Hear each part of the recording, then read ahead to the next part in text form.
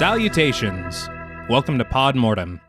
I'm Travis Hunter, joined as always by my co-host, my sister, and my brother-in-law. Hi, I'm Reneé Hunter Vasquez. Hi, I'm John Paul Vasquez. This week, we're broadcasting live from the alley behind a Chicago department store discussing the 1988 horror classic, Child's Play. The film was directed by Tom Holland, who shared screenwriting credit with John Lafia and series creator Don Mancini. Drawing inspiration from Trilogy of Terror and The Twilight Zone, this film took the well-worn trope of a creepy doll and creatively fitted into the slasher subgenre. The film received mostly positive reviews from critics, with praise given to the story, visual effects, and the fantastic voice work of Brad Dourif in the role of Chucky. After the box office success of this film, Mancini spawned a film franchise which still continues to this day. So, Child's Play. What were your first impressions on the film? So I know we watched this when we were kids, but I can't remember a first time I ever saw this. And then it's been so long since I've watched it that through the passage of time, combined with what the franchise turned into, watching it again not too long ago, I was expecting a very high level of cheese. No, yeah, me too. I think it is because of what it turned into. Yeah. I don't really remember Child's Play 2 or 3. Right. But Two's good. I know the sequels following that don't have a lot for me there. No. I don't know. But it's not like super cheesy. It's not, he's an evil doll or like a possessed doll, which like I guess at this point has kind of been done to death, but it was fresh and like it's a different take on that. Mm-hmm. I mean, I don't know. It's really great. I was surprised at how great it still is now. I agree. God, I must have been 4 or 5 when this movie came out. And where this was actually filmed, I lived 30 minutes away when I stayed in Chicago. Oh, shit. So when I lived with my older brother and, in Chicago, we lived in Cicero, and that's about 30 minutes away from where this was filmed.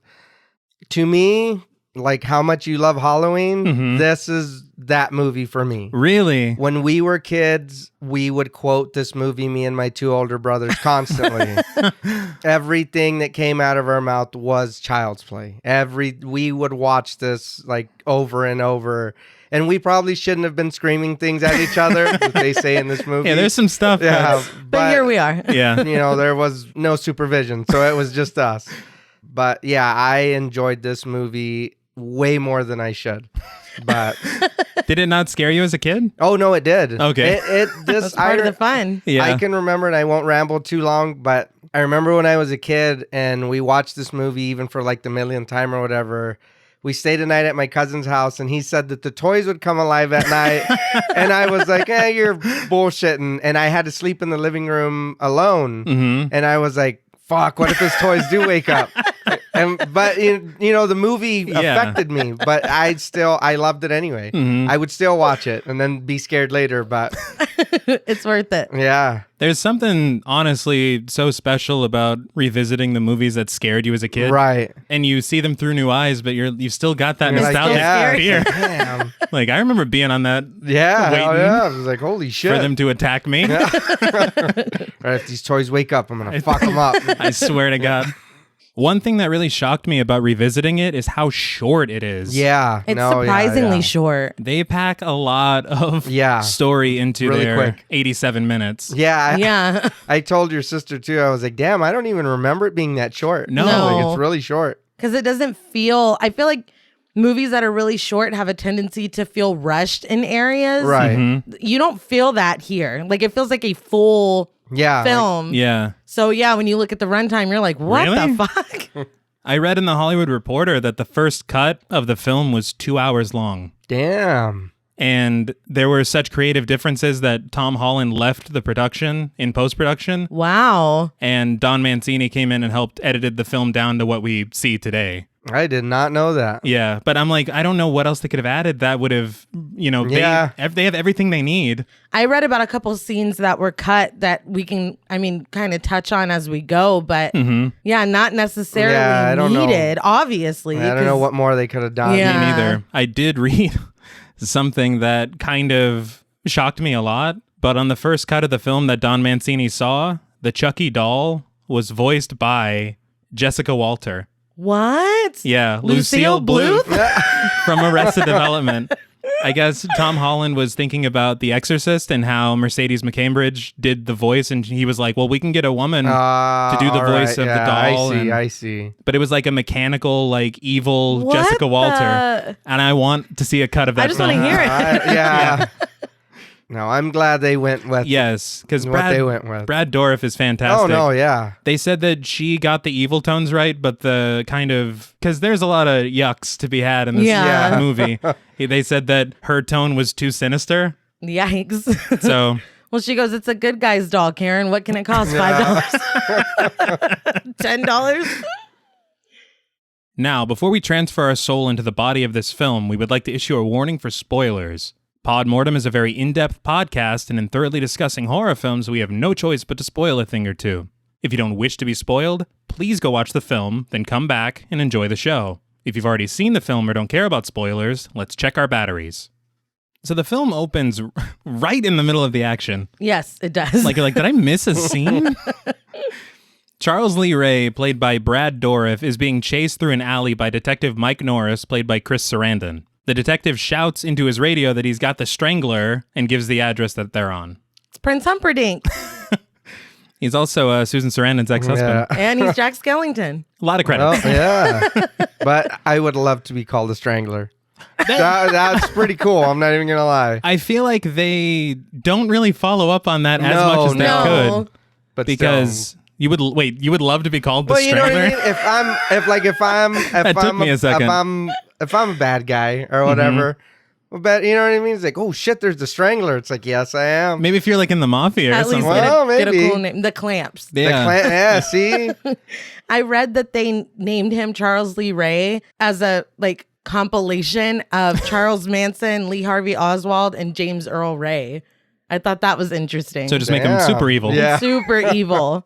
Detective Norris also just like whips off his coat and throws it. Okay, I Yeah. actually have something to say about that. Okay. In the original script, I don't know if Charles Lee Ray knew who he was. I don't know what the deal is, but in the original script, Detective Norris was dressed as a woman. Is this a Bugs Bunny And cartoon?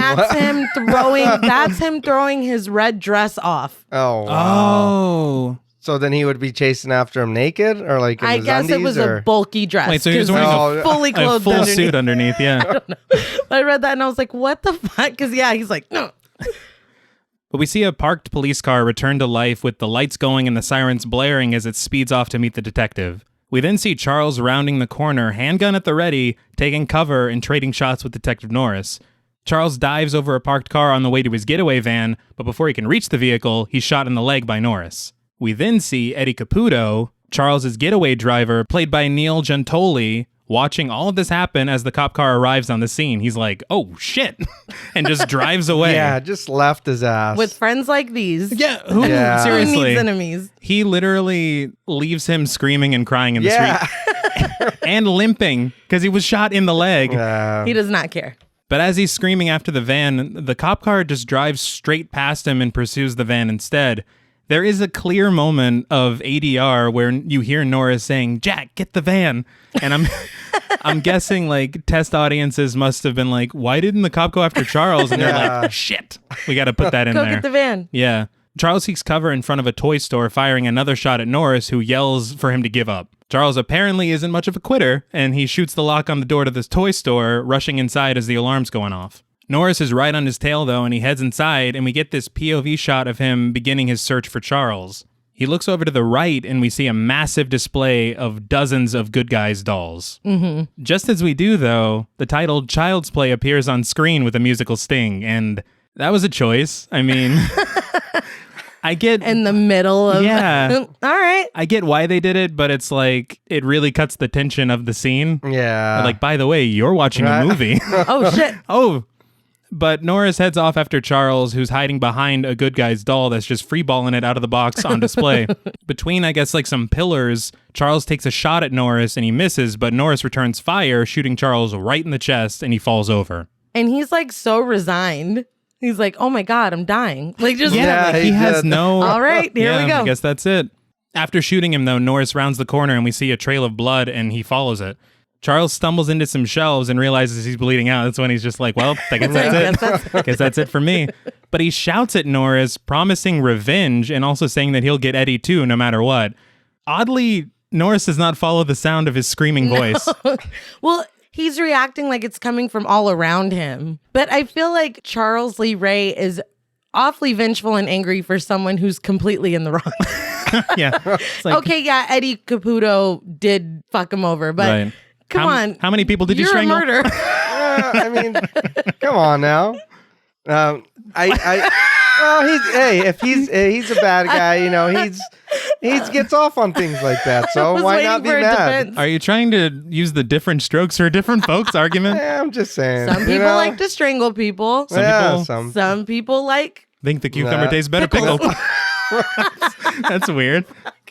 This too, what he's yelling is another one, and I'll point him out, and I know I'll get annoying with it, but another thing we used to scream at each other, and it was just, you know what I mean? It didn't matter if it was across the house or when we got into an argument or whatever. You were hearing some shit going on. But Charles continues on, repeating to himself that he has to find somebody. Eventually, he bumps into the Good Guys dolls display, knocking all of them on top of him, and he falls on the floor. We see him turn one of the boxes to face him, and he smiles sickly, taking the doll out of the box. He puts his hand on its chest and begins to chant ritualistically, and we see a storm brewing through a window in the ceiling. It's very 80s, the storm. I got to admit that. But the chant ends in a scream as lightning strikes the store, fucking exploding it. this motherfucker ain't joking. No. He was dying anyway. No. Like, yeah. Take my shot. Yeah. I did find that it was odd that the chant was obviously in a different language than English. Right. But then part of the chant was, give me the power. Yeah, he did. I beg you. Like, it's part of it. That's his contribution to the chant. Right. You know, like, this makes it He's specific like, no, to me. please, though. Right. Please help me. I'm dying. Please. Charles Lee Ray. Yeah. But Norris literally flies through the air as we see the storefront windows explode glass into the street. And I did not remember that fucking 80s action situation at all. It's very dramatic. It is for a horror film. Yeah. But according to The Hollywood Reporter, the voodoo ritual angle wasn't in the original script at all and was added in rewrites. Huh. Yeah, no. And oddly, Don Mancini, to this day, not much of a fan. I don't know. Well, I mean, can you imagine writing something and then people being like, nah, let's completely do something different? It I'd would be like, be a little, well, fuck me, I guess. I'd be salty. Yeah. Yeah, Yeah, but who's to know if they didn't do whatever he wanted, if it would have gotten this, true. you know. Good point. Yeah. In the original script, I don't think Charles Lee Ray was a character at all. Oh, No. God. So that's interesting. That's weird. Yeah. But Norris gets up, walking through the rubble of the store to find Charles's dead body, who kind of has a smirk on his face. Like, Well, he knows. it's like, I got the last laugh on this. But we zoom into the face of the doll before dissolving into a brightly lit apartment adorned with birthday decorations. We hear a super jolly cartoon playing on the television. In the cartoon, one of the Good Guys dolls fucking rappels down from a helicopter to, I guess, befriend a lonely little boy. So these things take friendship very seriously. Very. That music was getting down. Oh, I was like, damn, that's just bumping. It's impressive. And they're like, this is for children, but we're going to give it our all. Andy Barclay, played by Alex Vincent, who is a 6-year-old child, walks into the living room lamenting to himself that he's already seen this cartoon, and then he heads into the kitchen. It's funny to me that he was disappointed in a rerun.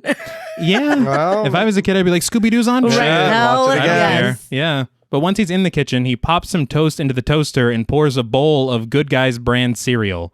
He also appears to be wearing pajamas that look like the overalls that the Good Guys dolls wear. So this kid has ate the fuck up over this product line.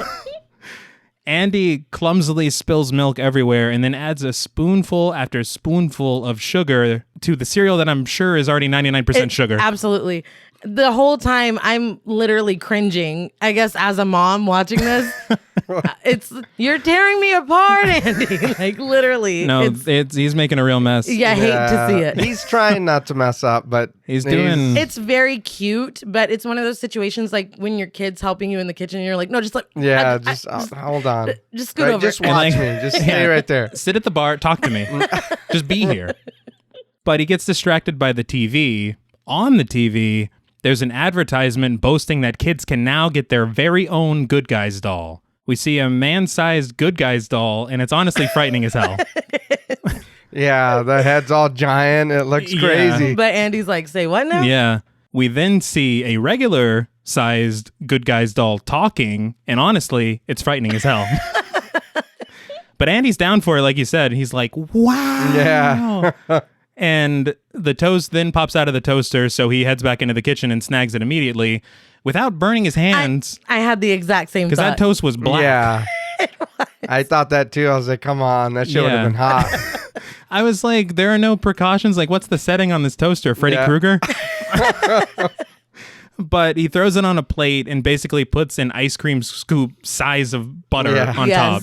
He then puts all the food on the tray and carries it out. Andy sees a display box of the doll on television and looks over at a wrapped gift that has a similar shape. He smiles like hell. Yes. He's like, my mom came through. Right? It's like, I know what that is. Oh, yeah. But he goes in and he wakes up his mom, spilling that balanced breakfast all over the place. Yes. Andy sets the tray on her nightstand, shouting for her to wake up. Karen Barclay, played by Catherine Hicks, does wake up, and she wishes her son a happy birthday as he presents her breakfast to her. Instead of going all Gordon Ramsay on him, which she had every right to do. She just tells him that she'll eat it later, and then pulls him on the bed, blows a raspberry on his stomach, and they start to, like, horse around a little bit. I figure she's waiting until it's not his birthday to tell him to never do this again. But she tells him happy birthday again, and he asks if he can open his presents. When she says that he can, they rush into the living room. We can hear an anchor on the news talking about the death of Charles Lee Ray from the night before, but Karen mutes that shit real quick. Well, they really interrupted a children's show to talk about someone true. being murdered in a toy store. They're like, get your parents. Well, if it's just like, you got to remember though, back in the day, we had just a couple of channels that were like local channels and whatever. Like even here. That's right, yeah. So if he was watching a local channel, they would have, we got a news break, whatever, blah, blah, blah. I mean, I get it. It's just a bit much. I know. They're like, sorry to disturb you kids, but... Right. Somebody fucking died. Right. And you know where he died? Right next to the fucking good guys. Right where you buy your presents? He's dead. Sorry to scar you for life, but... Andy does grab the good guy's doll-shaped box, and he tears it open, and it's a pair of jeans.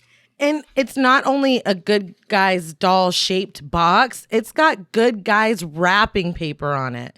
So, like, Mom, come on. Like, that, you don't wrap clothes in that. She's like, maybe he'll like to look at the wrapping paper later. I mean, I don't know. You're setting this child up for disappointment. You want to know the worst part is that the jeans don't even fit. She's like, we'll have to take these in a couple. And she's just like, holy shit. But she concedes that he probably wants toys instead of clothes. So she's like, go ahead and open up the other gift. He does. And it's a Good Guys brand tool set. He immediately said, instead of saying thank you, he's like, I really wanted the doll to go with it. To go with it. Yeah. It's like, I still want this. He's like, hey, Mom, you know what would complete the set? But Karen apologizes because she didn't know about the doll in time to save up for it this month. That's real shit. It is. But I just want to say, if they're trying to make the Barclays poor, maybe don't give them a bomb-ass apartment in Chicago. It's beautiful. It was nice. There's no way she's affording that place on her salary. Yeah. But that morning at the department store, Karen's at work when her friend Maggie Peterson, played by Dina Manoff, bursts in and tells her that there's a peddler in the alley who is selling a Good Guys doll. She's like, isn't that the one Andy wanted? And she's like, yeah. But they rush outside into a massive fucking alley that has to be a set. There's no way that's a real alley. It has to be. No, they're pretty... In Chicago? Yeah. It's like a building. Well, no, they're in the back. That's like a loading dock. Oh, shit, you're right. I didn't even think about that. Okay. Like, we take our alleys seriously in Chicago. We don't fuck around. Do not disparage them. But they go out there to check out the doll. The peddler, played by Juan Ramirez. Now, I call him the peddler because his name is literally Peddler Yeah. in the script. He doesn't even get a name. A lot of character development. Oh, yeah. But he wants $30 for it. And Maggie tries to haggle, but Karen's like, no, I'm going to buy it outright because of how bad Andy wants it. Well, yeah. And Maggie is like super pissed at this dude. Yeah, I don't know why. And then she's like, that's probably stolen anyway. Y'all knew when you came down knew here. it. Dude, she that asked, this shit was stolen. She asks him, how do we know it isn't stolen? It's like, it's stolen. this doll just came out. A street peddler is selling it to you for $30. It's like asking a drug dealer, are these legal? No. The doll fell off a truck. Yeah, All right. That's all you need to know. Wow. See, what does the world come to where we can't go into a back alley, buy a doll we want? Without getting the third Yeah, degree. Exactly. Was I the only one that thought the peddler looked like Paul Rubens? Ever since I was a kid, I thought, because when I was a kid, I connected it in my brain. I'm like, wow, I can't believe Pee Wee Herman played the Why would Pee Wee do played that? the peddler on Child's Play. But after buying the doll, they head back inside. However, Karen is admonished by her fucking stereotypical asshole boss, Yeah. Mr. Criswell. Yeah, this dude has mad asshole manager Yeah. energy. Oh, yeah. Was he wearing a bow tie? Am I mistaken? Right? No, That yeah. sounds right, yeah. I'm like, man, sounds they're about really right. trying to make you hate this dude. But he also comes bearing the bad news that Karen will have to work late because another employee is sick. When she tries to get out of it because it's her son's birthday, he insinuates that he'll fire her. Even Maggie is like, I'll do it. And he's like, you don't work in Georgia. Yeah. How fucking, come on, dude. Don't The do guy's this. A dick. Yeah. Like, bro, say, come You're on. just a piece of shit. Capitalism is poison. But he's like, look, I'll give you a break at 5 to pick Andy up from daycare, but you have to be back at 7. How gracious. Yeah, Thank yeah. you. Thankfully, Maggie is a real one, and she says that she'll watch Andy for her until she's off from work. In the next scene, we see Karen and Andy in their apartment, and before Andy can rush off to go watch Good Guys on TV, Karen hands him another wrapped box. This time, it's not pants. Woohoo. He is over the fucking moon to see that it's a Good Guys doll, and Karen asks him to show her how it works. He introduces himself very loudly to the doll. Yeah. I'm Andy. The doll's like, hey, you don't have to shout Chill out. in my face. But the doll responds, hi, I'm Chucky, and I'm your friend till the end. And so I know Charles equals Chucky and whatnot, obviously, but does every doll have a different name? Because the doll in the commercial was called Oscar. Yeah. Yeah, I think so. So are they programmed to, this is some serious shit before, Yeah. like, I don't know how, that's impressive. Well, it's Good Guys. So That's I true. guess there's a bunch of them that Yeah. all look exactly the same. Like, look, they can't all be named Oscar. But Andy hugs Karen, thanking her. Later that night, Maggie's babysitting Andy, and Andy's working on some Good Guys construction while Chucky, I guess, presides over the job as foreman. Yeah. He's just sitting there. Yeah. There's another report on the news, however, saying that Eddie Caputo, Charles's getaway driver, has escaped the precinct. Chucky's head snaps to the TV to listen Yeah. No, he's literally like, what'd they just say? in. Yeah, but Andy's like, hey, I need to know if we're over budget on, Yeah. on this project or not. You're not even paying attention, man. It's how rude. And then Chucky's like, hey, want to play? But before they can, Maggie tells Andy it's time for bed. Andy leans down as if Chucky's whispering in his ear and then tells Maggie that Chucky wants to watch the 9 o'clock news. She's like, yeah, sure, okay. Yeah. He tried it. Yeah. I'm sure she's like, he's just trying to stay trying to up with stay his up. boy or something. But that's so specific. He's not like, can we watch my Good Guys tape? He's like, I Yeah. want to watch the 9 o'clock news. The traffic is going to be murder tomorrow and I need to know. I need to know about it. But she scoops both Andy and Chucky up and they head off to bed. She's a little rough with Chucky. Yeah. Oh, yeah. You don't realize how. I mean, but imagine if she had switched, it would be Well, just fucking dangling grabbing Andy by his Yeah. arm. Andy by his arm. But Maggie goes in the kitchen to put the dishes away after she takes them to bed, and Andy goes to the bathroom to brush his teeth. But suddenly, the TV comes on in the living room, and we hear that it's the 9 o'clock news broadcast. It startles Maggie, who heads into the living room. When she gets in there, she sees that Chucky's got a front row seat watching the news, and she's like, kind of cautiously. It's weird. He said he wanted to watch Yeah. the 9 o'clock news. That's what she gets for not listening, I guess. I mean, he told her. What's funny is the scene right before this when she has Andy go to brush her teeth. Mm-hmm. I had her rewind it because she's putting the dishes away. And then she picks up the dishes and she asks him, Andy, are you brushing your teeth? Mm-hmm. And then And he sure is. Yeah, he is. Oh, and yeah. he says, yeah. But then when you go back to the scene, she's picking up the dishes she just put away 5 seconds ago. Yeah. The house is like a black hole in it or something. I don't know. But Maggie shuts off the TV and grabs Chucky by the arm again, taking him to Andy and scolding him for, I guess, thinking he orchestrated the whole that thing. he put him there. Which I guess is a logical leap. Yeah, but Yeah. he's like, he doesn't even know what she's Yeah, she talking didn't about. even- Yeah. He says he didn't, Yeah. but she takes him to bed, tucks them both in, and she tells Andy happy birthday and good night. After she leaves, though, Andy leans over to Chucky and she's like, I told you Aunt Maggie would get mad if you watched the news. And Chucky just lets it happen. Yeah. He doesn't say anything. Later that night, Maggie is reading a book and watching an old movie on television in the living room. We see the doorknob turn on Andy's door, and in a POV shot, we see someone sneaking around and peeking in on Maggie. We then see someone run behind Maggie, pulling a chair away from a desk. I read that was Alex Vincent's little sister dressed up in the Chucky clothes. But for the running and stuff, yeah, it was Andy's little sister. Right. I thought that was very cute. It flew Because across it's just a there. little tiny body. Yeah. It was like a blur. Yeah. They could have just thrown the doll and gotten the same effect.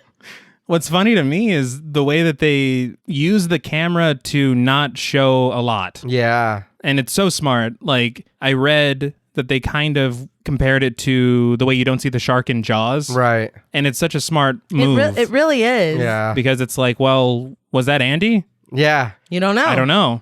But Maggie gets up to investigate, and she does assume that it's Andy, obviously.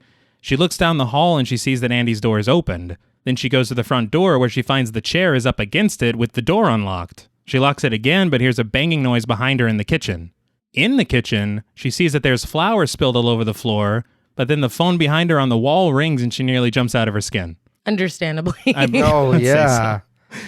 It's Karen checking in, and she tells Karen that everything's fine, that she kind of just got spooked by, being alone in the house. Right. Even though she's not alone in the house, but I guess she's the only adult in the house. Yeah. Yeah, well, my question was, how late is this department store open? Great Oh, question. yeah. Because the 9 o'clock news was already on. And that had to be hours ago, need right? The jewelry counter in the department store open at, 10, 11 o'clock at night? Well, what if someone wants a necklace at midnight? Yeah. Then where will they go, Nay? Think of the customer. Okay, all right. They're always right. That's what I've heard. But she gets off the phone with Karen, and she goes to clean up the flowery mess that she found. We then see a POV shot of someone picking up the good guy's hammer from the toolkit. The hammer looks real. Yeah. Yes, it no, does. yeah. Would they include that? It's just, we had different toys back then. It was, Were the Just give him a screwdrivers hammer. real? Yeah. Like, yeah. But Maggie thinks she hears a noise behind a potted plant, and when she goes to look behind it, she doesn't find anything. I like how they zoom in on nothing being there.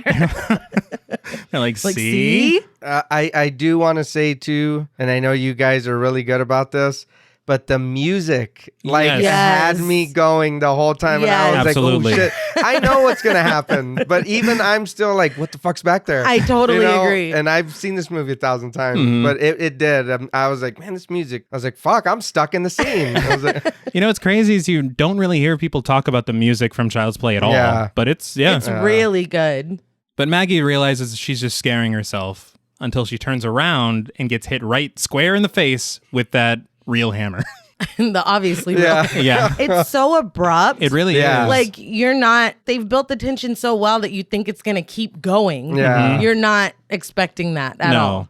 But she stumbles backwards and I guess kind of launches herself out of the Yeah. window, falling several stories and crashing into the roof of a parked car.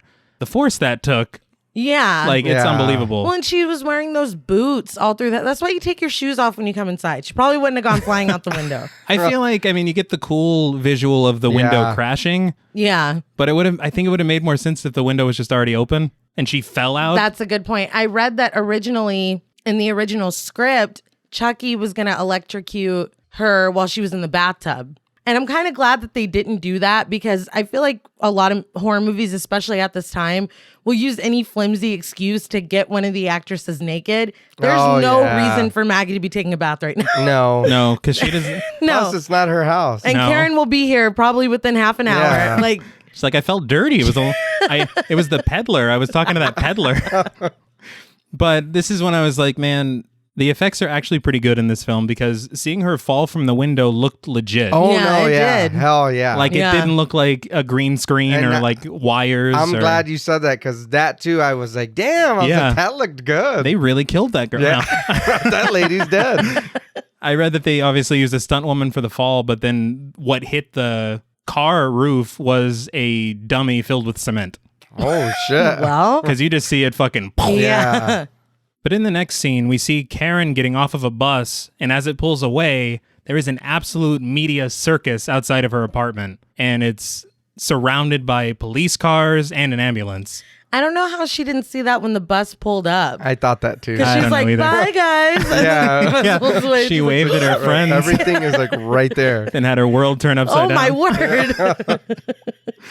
But Very frightened, she runs past the police inside, who oddly do nothing to stop her. One cop even looks at her as she runs past like, wow, she must be in a hurry. Oh, well, and just lets her go. But Karen rides the elevator up to her floor and heads straight into her apartment. She's halfway stopped by Detective Jack Santos, played by Tommy Swerdlow, who asks what she's doing. Karen's like, I live here. And he's like, all right, just lets her go. Just shoddy police work in Chicago. No ID, no. She could be a reporter, wanting to get some pictures. Kidding. Nothing. But inside, the apartment is filled with policemen and investigators. Karen frantically searches for Andy and finds him in his bedroom with Chucky and Detective Norris. But when she comes in, the cops turn to look at her like they're annoyed. Yeah, one's reading a newspaper. Yeah. Saying, the fuck? What is even, is there anybody doing anything? I know. He's like, okay, the detective's talking to that boy, let's just hang out. But she embraces Andy, and Andy says that he's all right, but he tells her that Maggie had an accident. Norris introduces himself and takes Karen into the hall to tell her what happened. And she obviously does not take it well. Well, he does not deliver it well. Yeah, not at all. Not as such. He does not have to tell her like that. No. But he takes her into the kitchen and he shows her the broken window.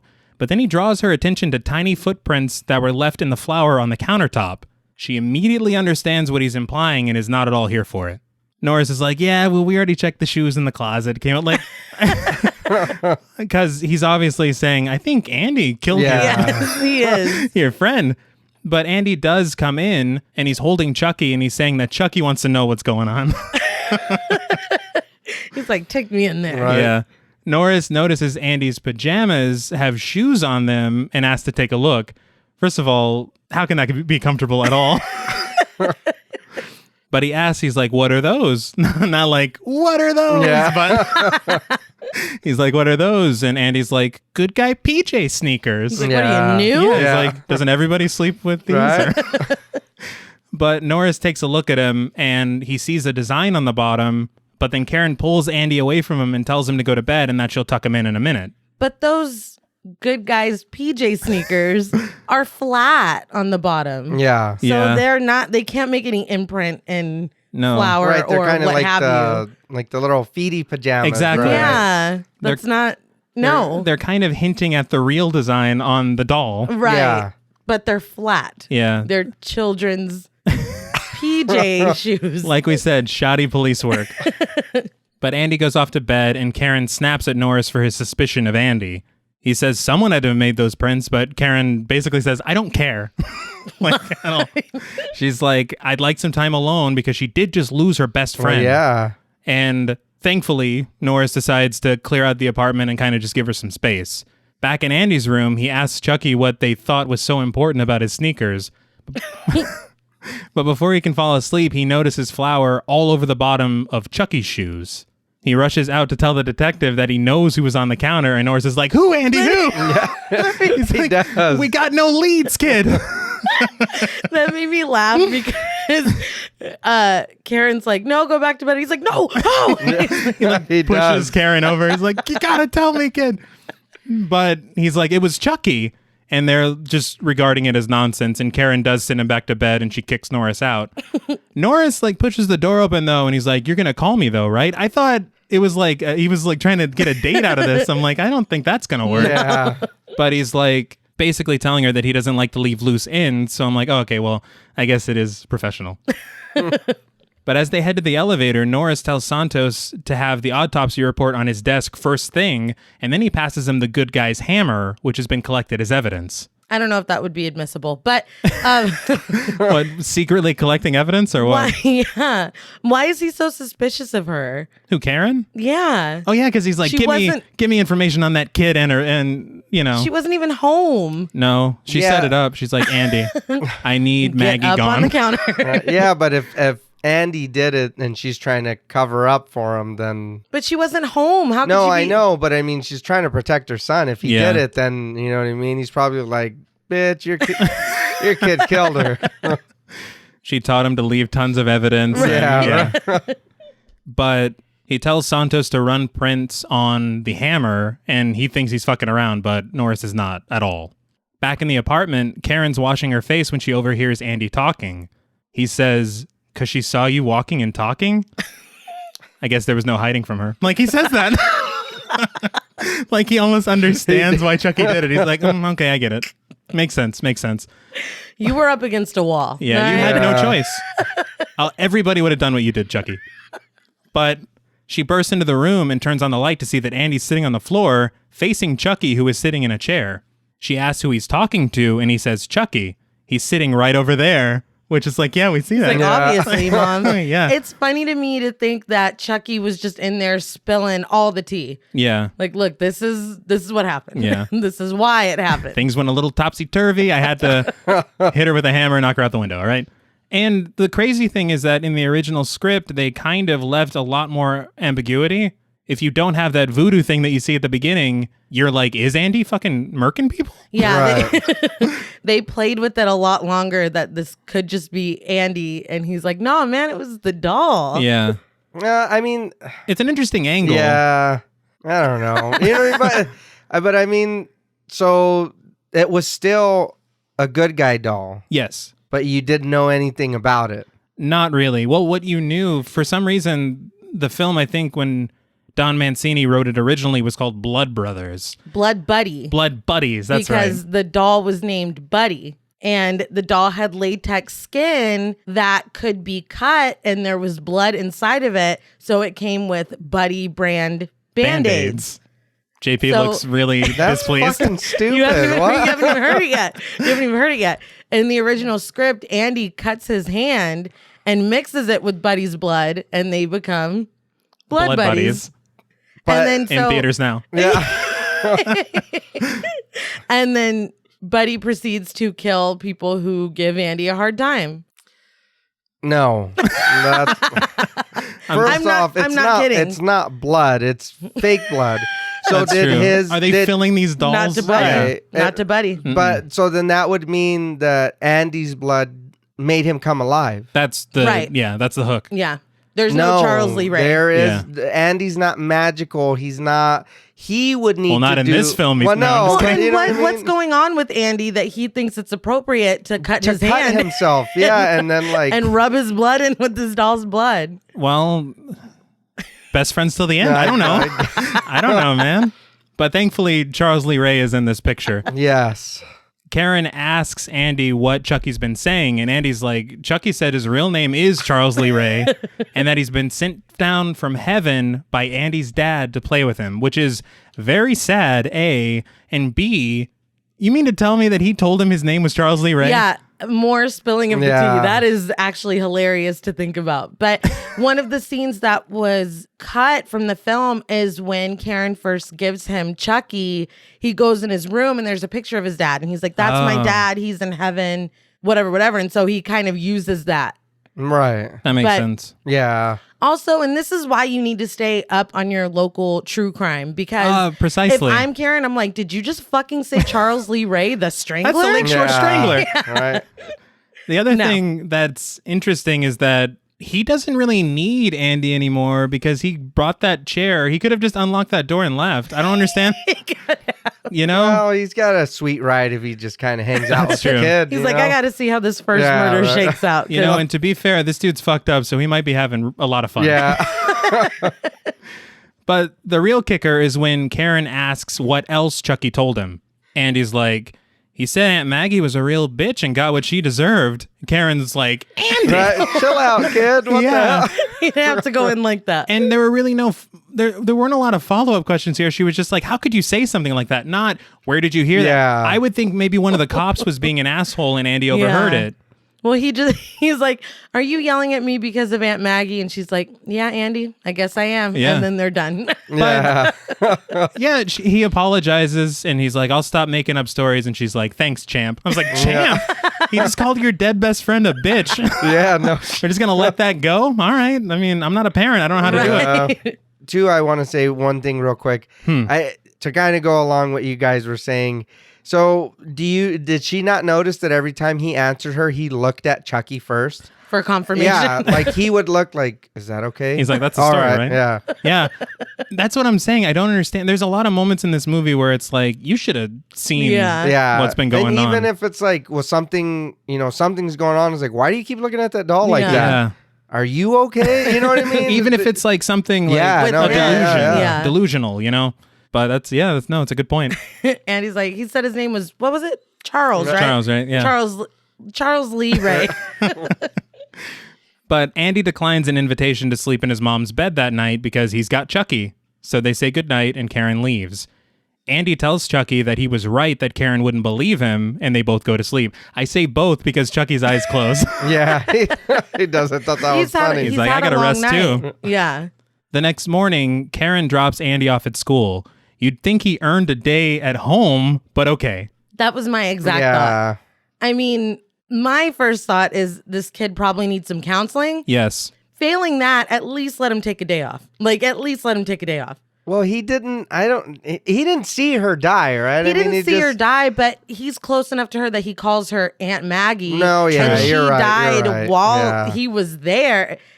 Get the kid at least one session of counseling. Well, She does it real quick. She's like, you okay? You good, Like, you Andy? good? All right. what didn't he say? What she had an accident. So Yeah. maybe he's just like, well, she had an accident. Something It's happened. he deserves a day to no, unpack you're it. right. You're Kid's right. more adult than me. You're right. Because honestly, Maggie seemed pretty cool. Yeah. She seemed really cool. But the odd thing is that he's brought Chucky to school with him. And then we also see another kid behind them bringing in a good guy's doll. popular Maybe toy. it's a show and tell situation. Maybe. I've also got a good guy's doll. The crazy thing is that I also read that the original intention of this film, it was supposed to be a dark satire. And Screen Rant said that it was going to satirize the ill effects of advertisement on children. I mean, it still kind of gets In a that way. point Yeah. across. Yeah, just in a different slashery kind of way. Yeah. But Andy goes inside and Karen walks away. Not even 5 seconds later, Andy peeks his head out, checks to make sure the coast is clear, and sneaks out of school with Chucky. And he's like, we out this bitch. And nobody stops him. No. And this was the problem I had on Dr. Sleep. Dr. Sleep. Right. Thank you. Was nobody noticed that? No. School Nobody. is this way. It's like, where Fucking are blowing you up his going? spot. Yeah. It's like, where are you going, little boy? Yeah. You don't belong that way. So you mean to tell me Karen was the last parent Well, and to teachers, drop her off? teachers stand outside until all the kids come inside. Not in Chicago, they don't. Not in 88. Yeah. But we see them get on the subway with not one adult asking Andy where his parents are. He is an unaccompanied 6-year-old 6. talking to a doll. Right. Having full-on conversations. And nobody's like, are you okay? Well, that's probably why. Yeah, they're like, talking this to that kid. doll. Fuck that.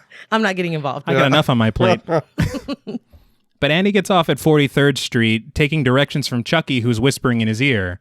He eventually arrives at a really beat-up building, but sits Chucky down on a chair outside and tells him he has to stay there because Andy's got to take a piss. It's a long trip. Chucky, not one to follow orders, makes a beeline for that house while Andy's back is turned. I don't think they needed to add in the sound of Andy actually peeing, though. Yeah. I thought that was a little much. They're like, the kid's not a liar. We got to put it in. He's actually peeing. Yeah. But inside, we see Eddie Caputo is asleep with a gun lying right next to him. The camera makes sure that we see that this place is infested with rats, though. Oh my God, the rats. Literally fucking just take me to prison. You can't handle? I want no part of this shack rat situation that he has going Want to on. be king of the rats? No, I don't. But we see a POV shot of Chucky's hand opening up the oven and turning on the gas stove, the sound of which wakes Eddie, who starts searching his house with his gun. That dude went in there with a plan. Oh, yeah. I'm going to blow this motherfucker up. Outside, Andy calls out for Chucky, who is MIA. Eddie cautiously makes his way downstairs with his gun drawn. Sidebar, this is when I realized that the guy who plays Eddie is the same actor as the guy who made Jerry Seinfeld shoot the bootleg movies on Seinfeld. Oh my God, I didn't even notice He was that. probably passed out from his feed bag. This guy stays playing criminals, but after hearing some pots clanging in the kitchen, he fires off a few shots in the direction of the noise. Andy, for some reason, immediately runs in the direction of the sound of gunfire. Don't run towards gunshots, Andy. That's He step was one. looking for Chucky, man. What are you talking about? But He's like, Chucky Chucky. came to- Chucky's in danger. Came to handle some business. Yeah. Back inside, Eddie makes his way into a room adjacent to the kitchen, but hears Andy outside, thankfully holding his fire as he sees him walk by through the window, calling out to Chucky. There's a loud crashing sound and laughter behind Eddie, so he turns his attention to the kitchen door. We see that the oven is wide open and we hear the gas hissing, and Eddie, who is probably regretting his shoot first, ask questions later approach, just fucking throws the door open, fires his gun, and explodes the entire house.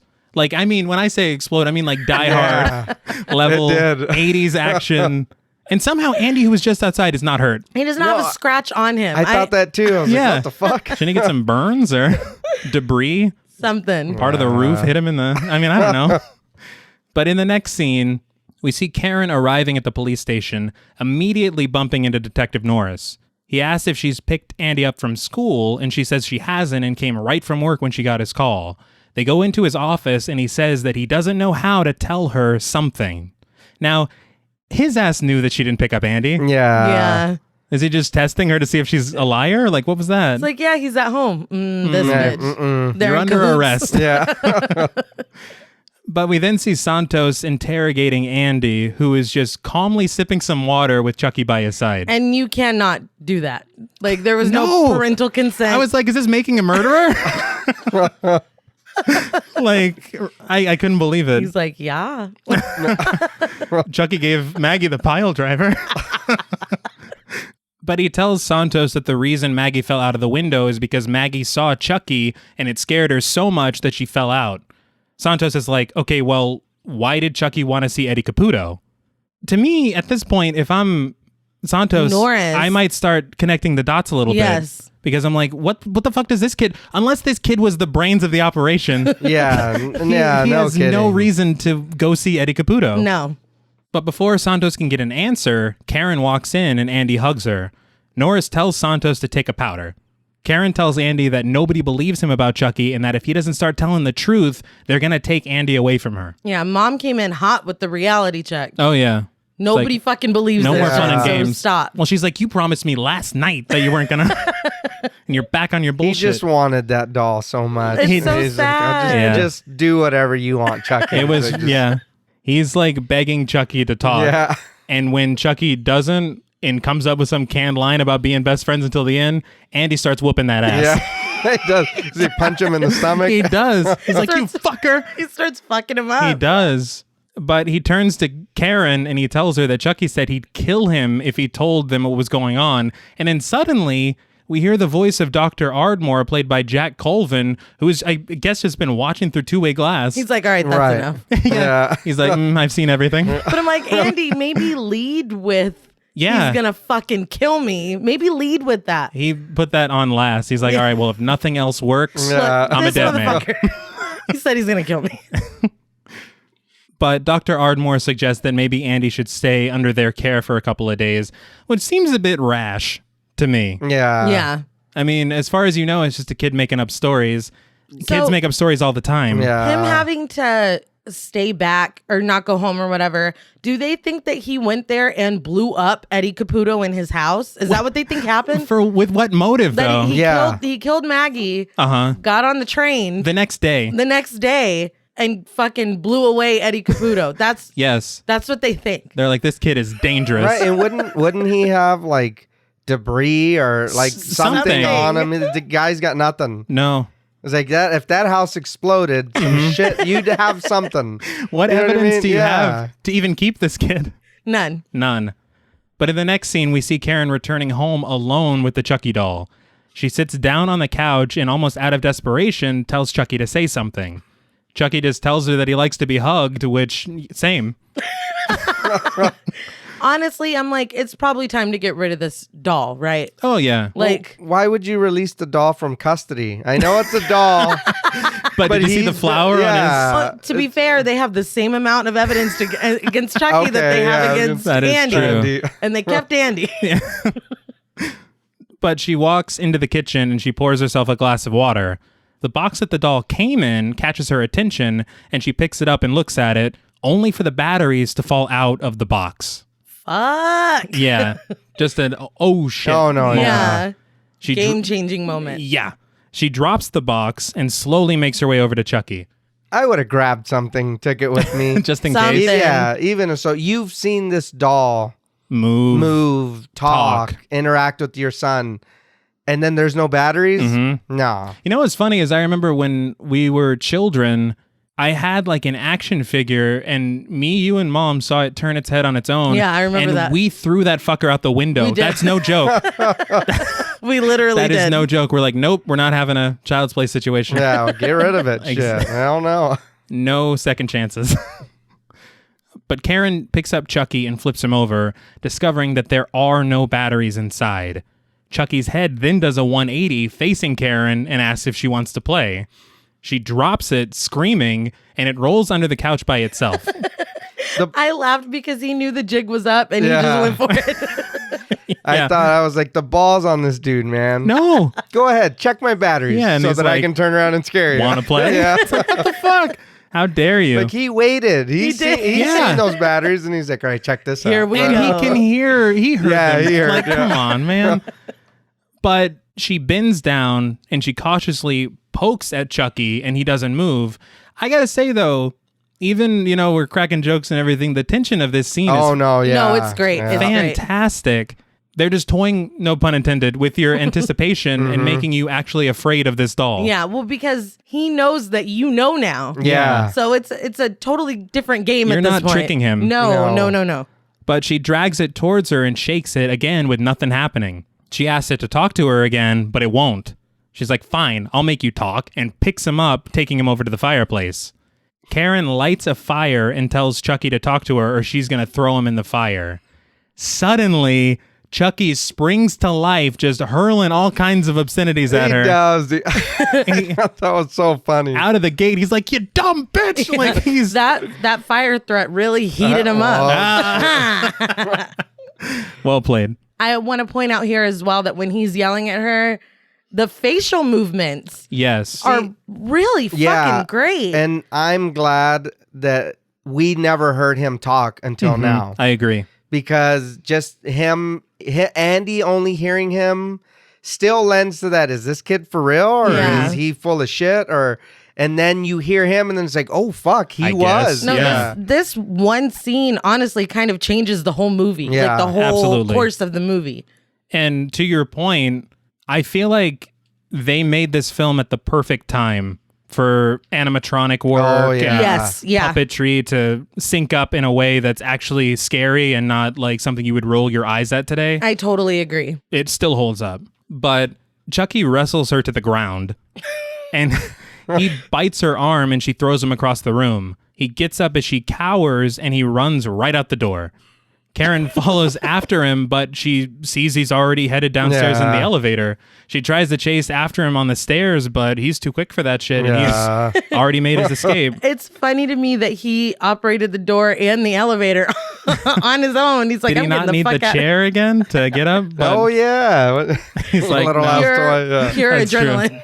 The crazy thing is, according to the Hollywood Reporter, it took 12 people to operate Chucky. Wow. Number one. Number two, the puppeteer that operated Chucky's face, he had to put on like a mask and it kind of mimicked his movements as he was talking with Oh, wow. like he had That's to cool. sync up with Brad Dourif's pre-recorded lines. Right.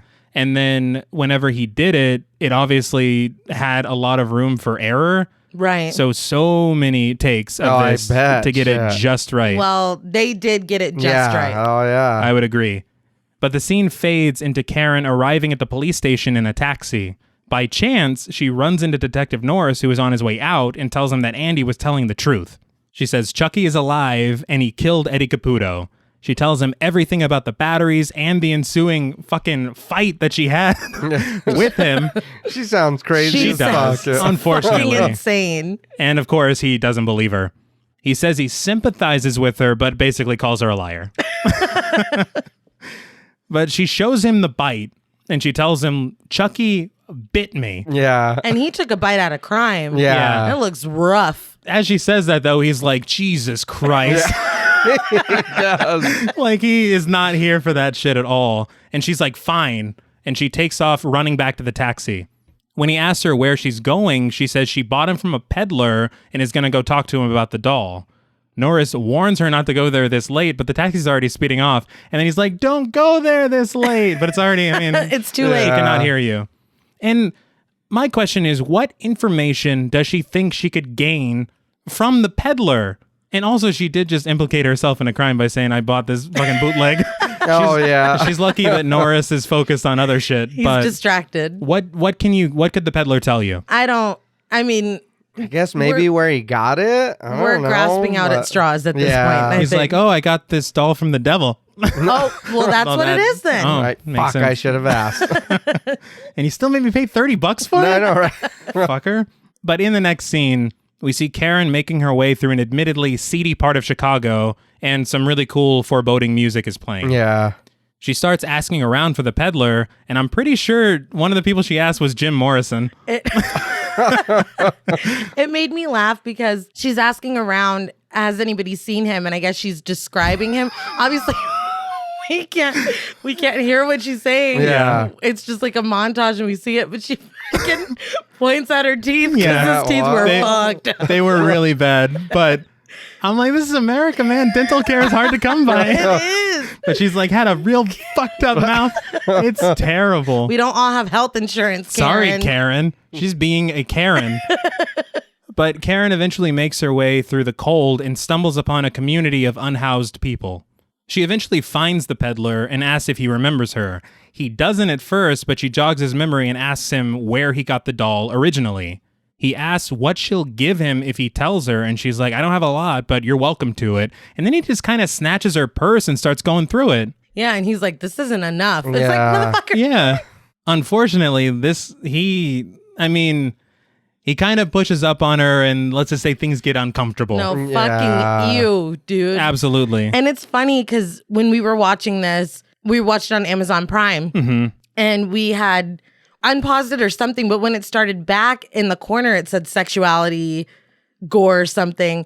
And I go, sexuality, it's fucking child's play. And John Paul's like, you don't remember? I completely did not remember. Somehow this. I spaced out on this scene as well. I think maybe I didn't want to remember. Yeah, he turned into a creep really fast. Really fast. And what may be the worst part about it, all the other guys are just fucking standing there watching. I was just going to say, because before it does get any worse, Detective Norris saves the day and pulls him off of her. Thank God. But there were so many people there that they were just going to let it happen. They're just standing there. They were going to watch. That's fucking horrible. Terrible. Big Mike and the boys.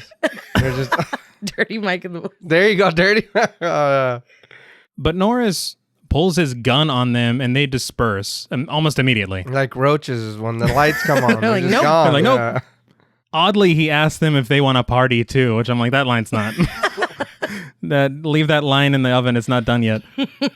But Norris grabs the peddler and asks him to answer the question. He eventually relents, saying that he got the doll from a burnt-out store on Wabash. This immediately hits Norris, who, if you recall, was exploded in that store. Yes, he was. And they walk away, though, and Karen notices Norris's change in demeanor. She actually says, hey, wait a minute, something that peddler said upset you. What was it? It's like, again, not the best line, but Norris tries to keep his cards close to his chest, but he finally admits to Karen that Charles Lee Ray died in that store. Karen's like, who? And he elaborates, but I'm like, don't you remember your kid You just were told. Yeah, said? he just told you that. And Norris was never told that Chucky is really Charles Lee Ray. No, which, again, is something that I would remember my kid said that, and I'd be like, Yes. wait a minute, Yeah. that's what Yes. Andy said, but she just lets it go. She's like, who's that again? I don't watch the news. Norris says that he's the one that killed Charles Lee Ray, and she's like, why didn't you tell me that? Which he barely knows you. Why would he have told her There's that? no Yeah. reason, which kind of lends into what we were talking about before, taking a 2-hour movie to 87 minutes. What scenes did we Yeah. miss? Yeah. Maybe they slept together or something, and she's like, why didn't you tell me I don't know. But he says he'll take her home so she can get some sleep. She asks if Charles Lee Ray said anything that night, and he says that he threatened to kill him and Eddie Caputo, but conveniently leaves out the ritualistic chants. Yeah. Next to the good guys dolls. Exactly. He said something about putting his soul in a doll. I don't know. I don't know, whatever. I'll take it home. Wouldn't he, yeah, I know you were saying earlier about them putting it together. Mm-hmm. Well, Eddie's just died. Yes. Wouldn't you kind of be like, well, fuck, Yeah. maybe something's wrong? This is a Twilight Zone Or situation. I'm next. Yes. Yeah. In the next scene, when he's dropping Karen off at her apartment, he apologizes to her about everything, and he says he's sorry that they couldn't find anything. she chooses now to tell him that she found out that Chucky is Charles Lee Ray when she should have said it at the moment. When he said Charles Lee Ray. Exactly. But she's like, where did he live before he died? And surprisingly, Norris gives her the address. I thought that too. I was like, she just went to a bad side of town Yeah, this to lady's look desperate. for information. Why would you give her this dude's address? You know she's gonna go. Of Yeah. course. What else? I mean, Yeah. Why And he- else is she asking? he says it like he's like, but there's nothing there. Don't Yeah, worry about it. don't She's like, worry. well, I know where I'm going tomorrow. Like, of course. But she expresses concerns that Chucky has already killed Eddie, so Norris is probably next. He's like, that does it, and physically removes her Yeah. from his car. He's not here for the bullshit. He got tired of it. But he says that he doesn't believe her because he's rational and sane, but she reminds him of what he said that night that they met, that he doesn't like loose ends, and she's like, I'm a loose end. Really So good line. Very Yeah. good. Yeah. She's like, you have to look into it. He just says goodnight and drives away. That night, Norris grabs Charles Lee Ray's file from the station and gets back into his car. He turns on the radio, pushes in his cigarette lighter, and starts driving. But we see Chucky slowly rising up from the back seat, and he immediately begins choking Norris with jumper cables. How did he get there, though? That's a great question. And was he there when Karen was in the car as well? And he's like, just be cool, just be Yeah, cool, just be It's cool. like, I can't take two. I am a doll. He knows his limitations. But I was glad to see him finally living up to his strangler MO. Yeah. Oh, good point. Good point. But Norris is swerving, hitting cars, and just speeding out of control. Because as soon as he starts being choked out, he fucking stomps on the gas. Yeah. He floors it. I mean, Why? I understand he's No. in the middle of something. Yeah. Might be a little distracted. Not the brake or not the... Just I mean, I don't stop know. the car. Oh, yeah, that Well, too. even like, because he's smashing into shit and he's Yeah. if you don't have your foot on the gas, you're not going to keep going like that. That is true. No, it's he's- going to eventually stop. Even with all the hits, the car is going to stop. But he... Well, I mean, I will give them it's a cool scene, but... It is. It makes no logical Yeah. sense. But the cigarette lighter is ready, so he reaches for it and he burns Chucky's face, who can apparently feel pain in his doll body. Yeah, because he does not take it well. Not at Yeah. all. But Norris breaks free, crashing through a mailbox before regaining control of the wheel. However, things get hairier than Bigfoot when Chucky starts stabbing through the back of the driver's seat with a knife. So Norris is having to weave in and out of traffic while also avoiding being stabbed in the spine. Yeah, and then later in the genitals. Yeah, Yeah. Oh, Chucky no. goes double or nothing trying to stab those balls from underneath the seat. Now, watching this, I was like, I do not have the core strength to avoid any of this. Oh, yeah. No. Absolutely not. Yeah. I like- just jumped out of the car. Yeah. Fuck Tuck and this. roll, take Yeah, your chances, because those grapes are getting skewered. Shish kebab. Oh, yeah. Norris eventually stops the car, though, but Chucky puts his hand on the gas pedal, forcing Norris to flip the car on its top. Chucky pops out with a knife and screams, "Hi, Mikey," which is... A bit much. It's a lot.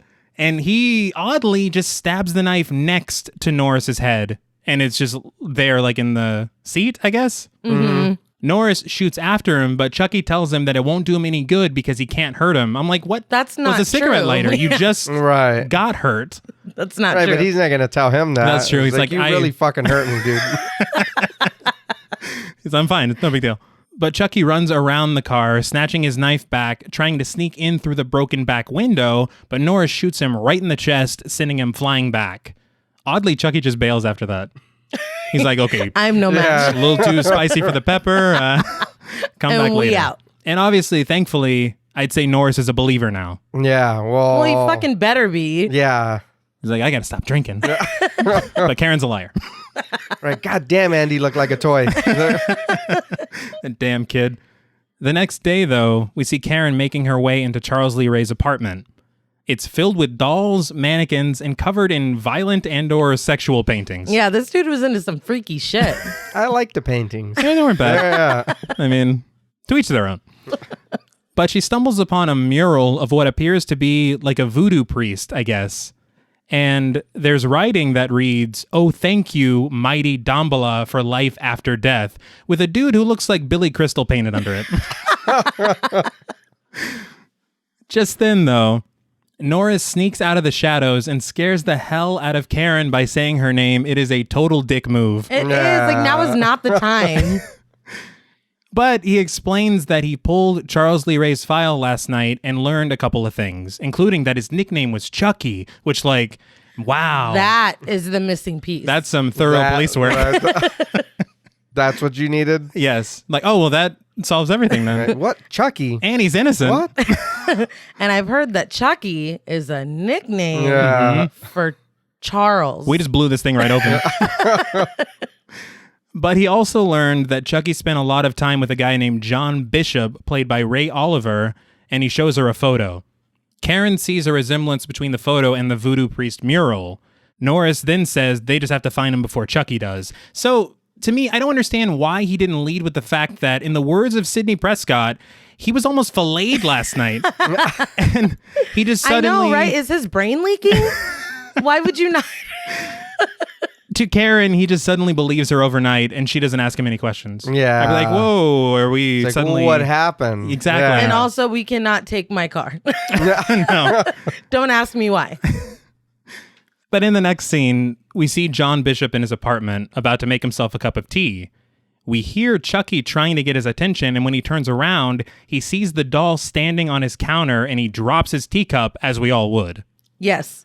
But Chucky shows off his fancy new body and is like, what do you think?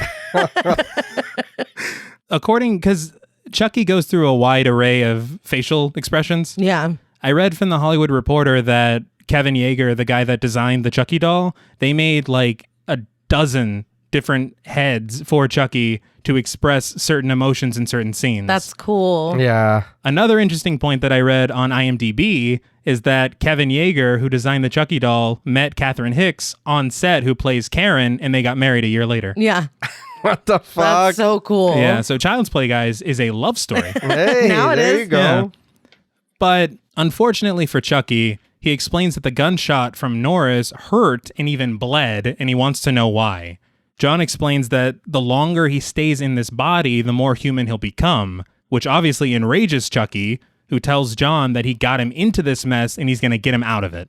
I had read that in the original script, they expanded on that even more. And like as the movie goes on, Chucky starts getting stubble. And at the end, and I'm obviously not going to spoil anything Right. at this point, but at the end of the movie, his hairline is even Oh further my back God. because Really? his hair was going to start receding. He was going to start getting stubble. But Brad Dourif didn't have... I don't know. Yeah. He had a full head of hair. I don't understand. He did. That's ridiculous. That's It's funny how the changes made... You're very happy that they... Oh no, yeah. That would have been weird. It So really now would've he's been. like, fuck, I gotta shave. He's Yeah. like, now I'm losing my hair. I You've am been a doll. Yeah, you've been a doll for 3 days, dude. Yeah. Chill out. It's I like, read what? that they have said that only about 50% of the original script made it into Child's Play, and I guess it was the The good. greatest hit. Yeah. But John tells him that he can't help because Chucky is an abomination against nature who perverted everything he taught him and must be stopped. He runs into the living room and picks up the phone, but Chucky follows him holding a voodoo doll of John. And Chucky's got the goods on him. Yeah. Chucky breaks the doll's leg and John's leg snaps and he falls to the floor. So Chucky's like, you shouldn't tell customers where you hide stuff like this, John. So did John really... You really shouldn't. Did he No, have- you shouldn't. Was there a voodoo doll of himself in his apartment? Or did Chucky have that at his apartment, go pick it up the night before after fucking with Norris, and bring it to... I thought it was in John's apartment. Yeah. That's unbelievable. And Well, he's like, well, he's I like- hit the cabinet before I Yeah. came in here. Like, hey, Charles, I keep a voodoo doll of myself in here, just, for funsies. Well, I guess that just kind of like leads us to believe that he wasn't a bad guy. Right. You know what I mean? That he was just his friend and teaching him, what he knew about voodoo and whatever. Because he's upset about it. He's mad that he's Yeah, used true. this. Yeah, so Charles Lee Ray flipped it and reversed it Yeah. into what we see now. Right. I'd like to know if there is legitimately a good reason for a voodoo practitioner to have a doll of themselves. If anyone knows or practices or whatever, Yes. please let us know. Very interesting and would love to know that. Absolutely. But Chucky once again demands that John tells him what to do, and when he refuses, Chucky breaks his arm. He gives him one last chance, holding a knife above the doll, and John finally gives in. Why is Chucky's knife so decorative? Yeah, Did you notice it has like a design on it? Flashy. Yeah. But John tells him that he has to transfer his soul out of the doll into the body of the first human being he revealed his true self to. First of all, how convenient. Yeah. And specific. But Chucky clarifies what he just heard and then laughs, realizing he has to transfer his soul into Andy's body. Then he very awkwardly says that he has to go because he has a date with a 6-year-old boy. Bad choice of Yeah. words. Very bad. Like, you had 3 writers on this screenplay, and everyone's like, that's fine. John's like, now I'm really calling the police. Yeah. Hello, Chris Hansen. But he tells John that he has a date with death and stabs the doll in the chest. We then see John bleeding out, clutching his heart. Now, this is just a cool scene. I mean, Yeah. It is. This is another one, obviously, scenes that we used to act out as kids. And it was more of a, like, again, yelling lines at each other. From the moment he, like, comes into the window till when he dies. This whole scene is beautiful. yes. Like, It is, and it is. That was just, this is more dialogue we used as kids. Just, Right. You know what I mean? How do you want it? Broken leg? And we would just constantly say shit to each other for no reason. The crazy thing is, you see animatronic Chucky, you see them switch him out for an actor wearing a Chucky mask, but the editing is so seamless that you just accept it all. Yeah. Again, the marriage of all these effects is just great. And I remember we talked about it on Pet Cemetery when you're like, oh, that's a child. That is a doll. Yeah. That's a child. That's a doll. Right. You don't feel that No, here. not Like at all. and it's ridiculous to say because it's a fucking murderous talking doll, but it Right. feels real. It feels like No, that yeah, doll it is does. really standing there talking. I'm scared for John.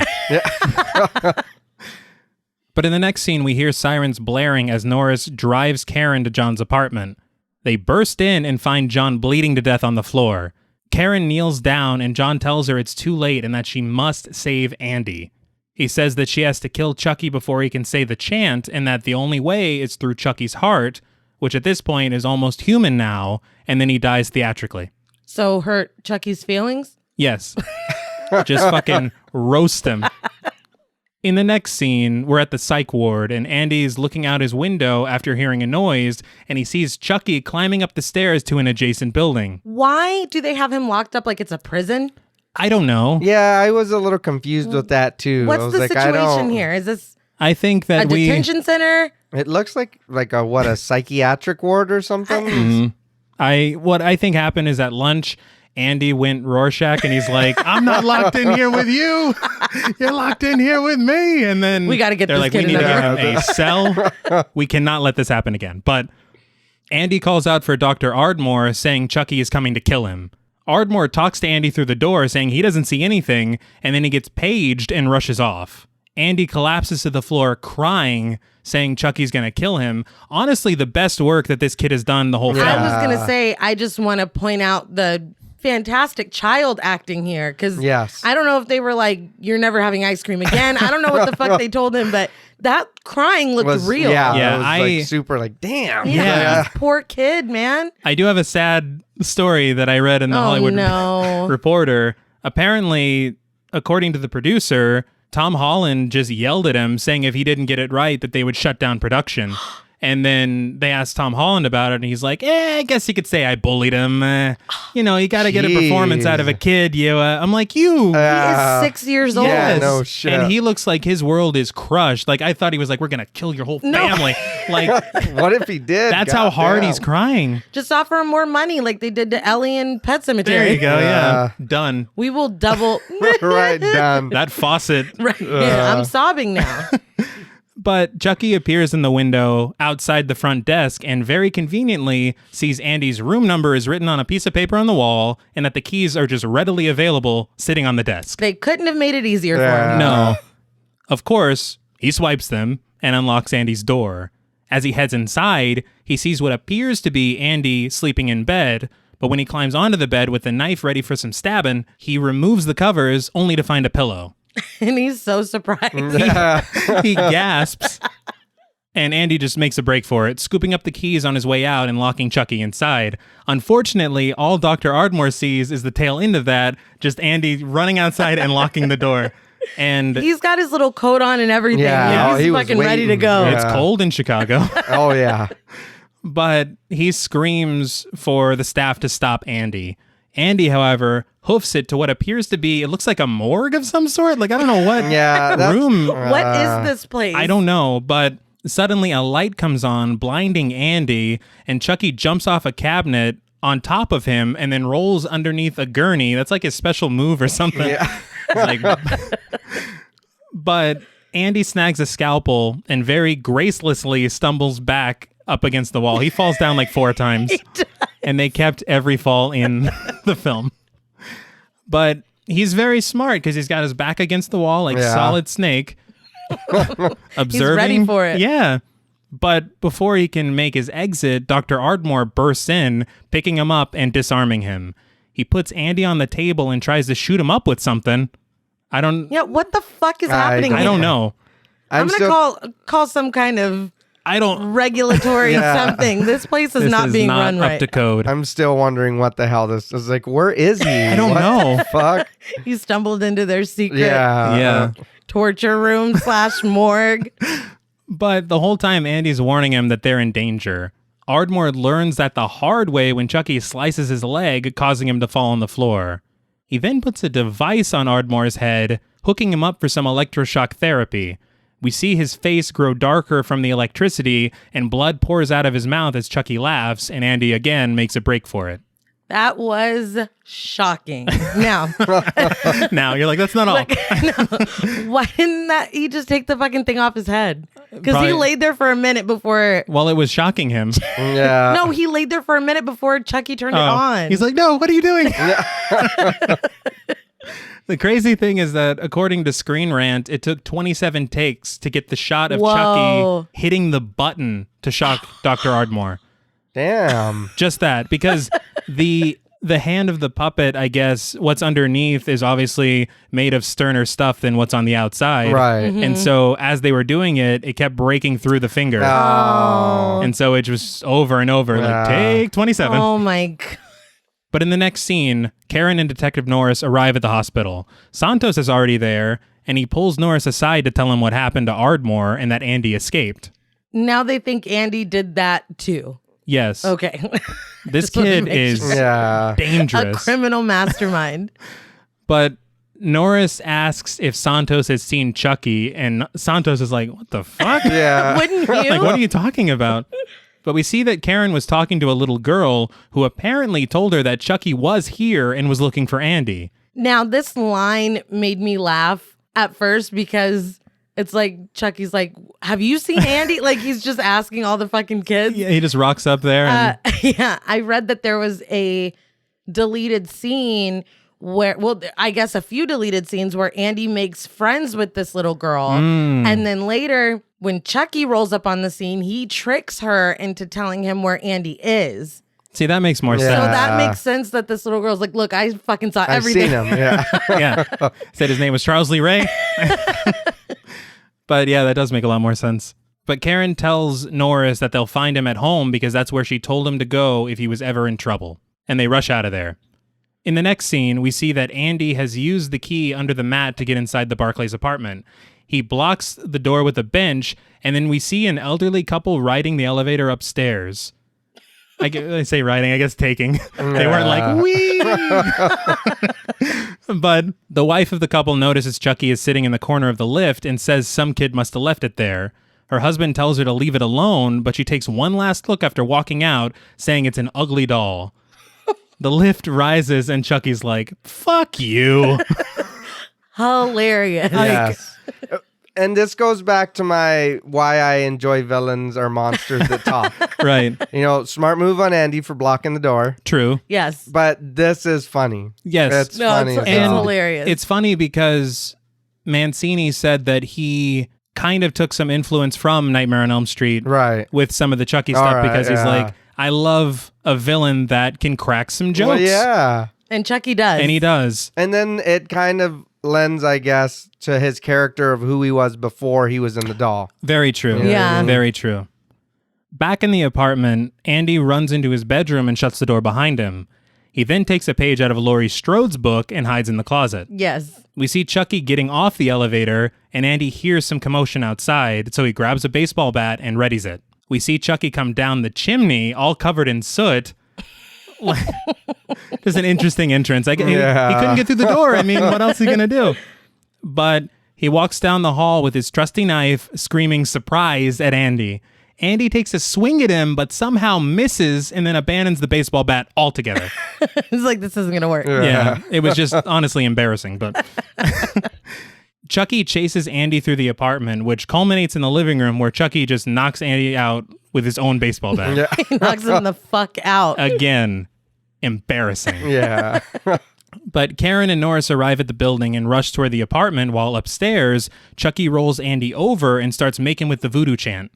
We see a lightning storm surround the apartment as Chucky once again begs for the power. Norris is like, I've seen this shit before. Yeah, he's like, oh, I know that line. Watch out for the lightning. But Norris and Karen break into the apartment, and Karen grabs Chucky before he can complete the chant. He immediately bites Karen again. Why is that his go-to? I don't know. He bites her in the face this time. He's small. He's got to do something. Yeah, he doesn't. There's no options, I Yeah. guess. He's small. That's fair. But Norris throws him off of her. Chucky rolls, unsheathes his knife, and slashes Mike right in the leg. He then disappears for a moment to regroup while Norris really milks his leg pain. Yeah. He's like, come on, dude. Like, it Stop. wasn't that Yeah. I bad. don't think I can help anymore, guys. Yeah, you guys take it from here. But he then hands Karen his spare gun for protection, and she checks on Andy while Norris searches for Chucky. Detective Norris sweeps the area, but when he stops to check under a bed, Chucky beats him with Andy's baseball bat. I'm like, why is he so powerful? How is he able to do He's this? becoming more human. The muscles come first. He knocks Mike out, Yeah. He does. and he's a doll. But before he can finish the job, Karen shoots him in the kneecap. When she goes for a second shot, she realizes that the gun is jammed, and Chucky starts taunting her, and then he launches himself onto her. Another line. Strong gun jam. He's like just constantly Talking shit, they're- man. He's just being himself, man. But they roll into the living room because Chucky loves to wrestle, man. That's like his shit. But they stop right in front of the fireplace, and Karen gains the upper hand, throwing him into it. She barricades him in with the fireplace cover, but she can't reach the matches. Andy, who could totally reach the matches, just stands there frozen in terror. Karen begs him for help, and he finally rushes over, lighting a match. Chucky desperately reminds Andy that they're best friends until the end. But then Andy goes all 80s action hero and goes, "This is the end, friend." You love to see You'll it. love to see it. Did he really think that being sweet right at that moment was going to make Andy like, oh, yeah, I wanted you? Chucky's Like, desperate. You're my, Well, yeah. He's in a You're my fucking toy, I fireplace. remember now. Yeah. But Andy lights that match and he sets Chucky ablaze. Chucky then breaks out of the fireplace, screaming as he burns to death, which goes on for a while. He has a long death. How sad that Andy's got to watch his toy burn. Yeah. It's like, Poor fuck, Andy. I really wanted that Yeah. toy. He did, too. It's so bad. The crazy thing is I read in the Hollywood Reporter that they used a stuntman for these shots because it would have been too expensive to burn an animatronic doll. So let's burn a human. Yeah, well, those are free. But Karen holds Andy as they look at Chucky's tiny, smoking corpse. Norris calls out to them and they go and check on him. Andy goes to grab the first aid kit for Norris after Karen asks him to, and then Karen fills Norris in by telling him Chucky's dead. In the kitchen, Andy grabs the first aid kit, but notices Chucky's gone. But he whispers it to himself. He's like, "Mommy, Chucky's gone." Yeah. She can't shit. hear you. I would not have sent him by himself. Yeah. I know that we're supposed to think that Chucky's dead at this point. Right. He would not be No. out of my Yeah, sight. No, No. in sending him back into the room where Yeah. Chucky Yeah, where Yeah. he was just at. What are we doing? Questionable parenting. Yes. That's all I'm saying. But Andy rushes back and is tripped by Chucky and falls over. He turns around to see a smoking, melted, blackened like that toast at the beginning of the film. That was foreshadowing. Exactly. Chucky brandishing the knife once again. He rushes to the bedroom and Karen tries to lock the door behind him, but Chucky's trying to break in the whole time. Thankfully, it's a no-go, and he decides to run around the other side to get in through the bathroom door. Karen runs to that door, holding it closed as Chucky stabs through it with his knife. In one of the stabs, he cuts her hand up pretty good. She's very surprised by it. Yeah. It's like, that's what knives do? It's like, oh, shit. But Chucky continues to stab through the door, getting closer and closer to her face, and she just screams and doesn't move. Yes. Karen, eventually, thankfully, grabs Andy, and Chucky chases them through the house. In the hallway, Chucky screams for Karen to give him the boy, but Karen turns around and starts shooting at him. That's another thing, too. That was it. Give me the boy? Yeah, just give me the boy and I'll let you live. It's just that for no reason. We just thought it was the funniest shit. It's like, oh, the doll's going to kill us. Fuck it, let's laugh. Cool. You guys had so much fun with this movie. Yeah, oh yeah. She shoots his head off and shoots his body apart, but Chucky just keeps coming. She shoots him in the back a couple more times, and he stops moving finally. Just then, a wild Santos appears, and Karen instinctively points the gun at him before lowering it. Norris calls Santos into the room where he's apparently still recovering from that minor slice. He is. He's just still on the floor. Ah. Ooh. Yeah. Real quick, I wanted to give this movie props for having the gun run out of bullets when Karen is shooting Chucky, Yeah. because Most of the time, it's like Yeah, they kept going. he would have been shot Yeah. 15 times. unlimited ammo. Yeah. But Santos calls an ambulance for Norris and then tells him to fill him in on what happened. Norris tells him that Andy was right and Chucky was alive, but Santos doesn't believe it. Well, it sounds crazy. Of course. Yeah. But it's like, how long have you worked with him? Yeah. You don't believe him? Yeah. And then there's the damn doll just there. Yeah. That doesn't, yeah. Because he does. He goes and checks it out. He looks. But when he's looking at the doll, Norris tells him, don't touch it. Mm-hmm. Of course, Santos touches it. Yeah, of course. He just said not to Literally. fucking can't touch listen, it. can Yeah. you? He picks up Chucky's head and he brings it back into the bedroom, setting it on top of the television, saying there's no way it's alive. Out of nowhere, what's left of Chucky's body bursts through the vent and grabs Santos by the throat, following the instructions of Chucky's severed head. Yeah. He's like, choke him out. Yeah, just strangle him. Yeah. It's great. It is. But Once again, falling back on his strangling. yes, Yeah. which I appreciate. Yeah, it's muscle memory at this point. Yeah. It's like, you know what we like. But Karen eventually throws him off of Santos, but the body gets up and starts to walk toward them.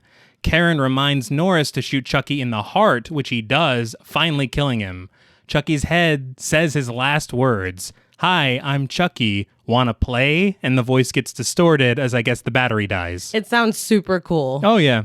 Norris then asks Santos if he believes him now, and he obviously does, but he's like, but who's gonna believe me? Yeah. Valid question. Very fair. We hear sirens approaching as all four of them stand up.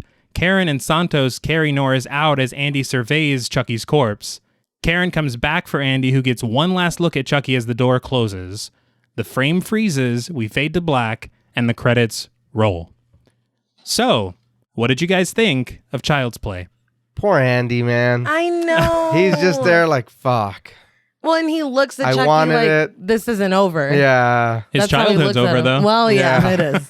And the ending is so abrupt. Yeah. Like, I feel like at the beginning of the movie, we're dropped into immediate action. Right. And then at the end, they're like, we've told our story. Have a good night. Well, It's just 87 over. minutes. Yeah. Out, get, grab. again, I said it earlier. I love this movie. Mm-hmm. It's great. I won't lie. Me watching it as a kid clouds my judgment of it. I get that. And I try to tell myself, I was like, I'm not going to, but it still does. It's going to. But I like this movie a lot. And I like learning all the things, like the little tidbits you put in and you say stuff. And then about how you're talking about the animatronics and everybody, like, it's like, damn, this is, really Yeah. a lot of work went into this. And it looks good. Mm-hmm. And then, like you were saying, babe, about them switching between the person and then, Yeah. and you can't tell. It's seamless. Yeah, and it's great. Yeah, I really, really am surprised by how much I love this movie. And it's like, I feel bad because I haven't watched it in so many years because I really lumped it in with the ridiculousness that the franchise becomes. You were wrong. I was.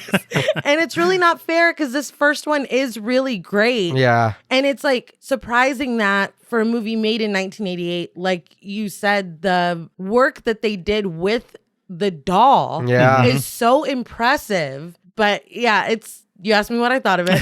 It's a really great movie. And if you haven't seen it in a long time, go watch it again because it's not probably what you're thinking it is. If you're anything like me, it's not what you're thinking it is. I agree, both of you. I was in the same boat that you were with kind of comparing it to like Seed of Chucky and all that stuff. You don't need to do that. No. Those are...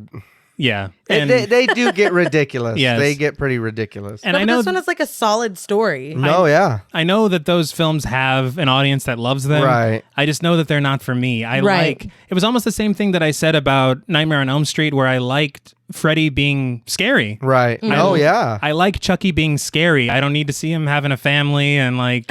Yeah, I think he smokes weed in one of them and they're hanging out. And in it's one like, of them, what? he jerks off. Oh, yeah. That's I don't want that. How Chucky. you going to be scared of... too much. I watched you. Like, come on. But I think that's kind of my thing is that this movie is still scary. And the smart thing, and I think the other reason why those movies aren't successful for me is that they use Chucky as Chucky sparingly. Yes. Yeah. In those movies, he's like the main character. They're like, we want more Chucky. Exactly. But in these, it's like almost like the shark from Jaws. Oh, yeah. Yeah. And you see him like moving in like out of the frame like a little bit, you know? Or even Freddy Krueger in the original Nightmare on Elm Street. He's used just enough. He's honestly, Chucky is the doll as much as he is Charles Lee Ray for like probably the same amount of time. Right. Yeah. For half the movie, you just got to take Andy's word for it. Yeah. But no, this movie's great. I do have some issues with the script. I think it comes down to the edit, I guess. From what it was at 2 hours. There's questions that I have that I would like, you know, but it's a solid movie. Which I guess brings us to ratings. Not to repeat everything I just said. This movie has a lot of strengths. There's a reason why it's got this cult status. A lot of people consider it a horror classic because a lot of the stuff they did was revolutionary as far as the effects were concerned. Right. And it still looks great, still holds up today. I would very much recommend you watch this film if you've never seen it. If you have seen it, go watch it again. Yeah. It's good. Again, though, the only thing I do have some issues with the script. I would like some points a little more fleshed out. I didn't grow up with this the way that you did. Right. This, you know, we had Halloween, you had Child's Play. Right. But it's still great. So, out of 10 good guys PJ sneakers, I'm going to give Child's Play 7.5 out of 10 good guys PJ sneakers. And I will now open the floor to you. Again, not gonna go through it all again, but this movie to me really is impressive. And like I said, I feel some guilt about being like, Child's Play, it's a fucking doll, whatever. It's like, no, they did a really good job. Yeah. They told a really intriguing story. The acting was good. Andy is used a lot and he's not annoying because we've talked before about how a bad child actor can ruin a movie. It's really great. So with all that being said, on a scale from 1 to 10, good guys PJ sneakers, I'm going to give Child's Play 8 out of 10 good guys PJ sneakers. John Paul? All right. So I'm going to suck this movie's dick for a little bit. Oh, my God. So just kind of, bear with me. This movie is my childhood. This is, like I said, me and my older brothers chasing each other around, screaming shit, at each other. Yeah. And it's somewhere where I used to live. So it also means something to me because it's like, hey, I lived there. I know, I know that. But like they've used Child's Play in music and in like even the original Ghetto Boys did a song which one of their original members, Bushwick Bill, he has a song. It's called Chucky. And in that song, it's him as Chucky, and he's talking about how he's gonna kill people. Like fan fiction? Like, I guess, but I mean, like, the song is him. Right. And he's calling himself Chucky, and he's saying all these crazy things, what he's going to do, how he's going to kill your kids, how he's going to this and that. And it's like, you know what I mean? Yeah. You can tell he loves this movie. And 3 6 Mafia heavily uses sound bites of this movie and different songs they have. And even though you can tell that's Chucky laughing or that's something Chucky's saying, you know what I mean? And you hear it and you're like, hell yeah. You know what I mean? But this movie, the nostalgia is always going to get the best of me when it comes to it. And I know, you know, some people might not like it, or they might, or they, you know, it's just all right or whatever. But to me, this is great. Mm-hmm. You know what I mean? This movie, I'll watch it all the time. I'll recommend it to anybody. I'll, like I said, fellatiate the movie. It's all right. So after all that, I'm sure you know what's coming. Of course. But I'm going to give this movie, out of 10 good guys PJ sneakers, I'm going to give this movie 10 of them because I love it.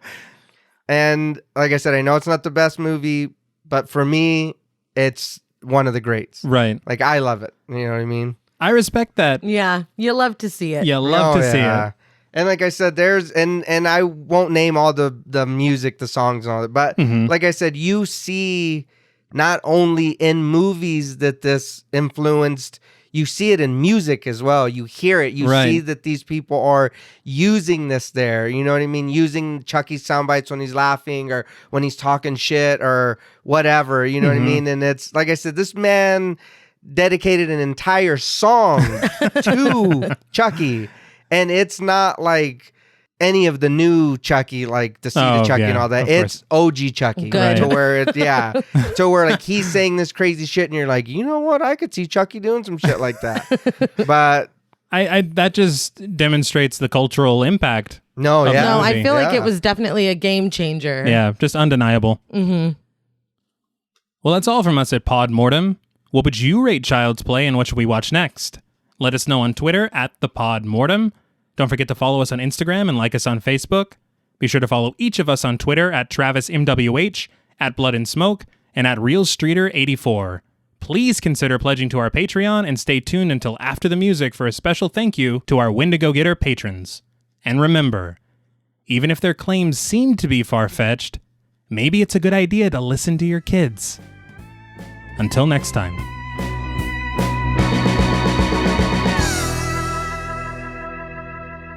Thank you for staying tuned until after the music. We want to give a very special shout out to all of our Wendigo Getter patrons and a sincere thank you. Thank you. Thank you. Thank you to Chris Ontiveros, Kristen Lofton, Megan Martinez, Kimberly Bass, Melanie Van Houston, Sophie Hodson, Anthony Jerome M., Gary Fender, Jordan Nash, Kenton Allison Morton, Guy54, and Lala Thomas. Thank you all so much. All right, thank you guys. Thank you. Seriously means the world. Beyond Beyond the world. It means the universe, actually. The fucking galaxy. Honestly, we know supporting a podcast isn't easy, but you all make it look like child's play. Heyo! I'm proud. Thank you all, and until next time.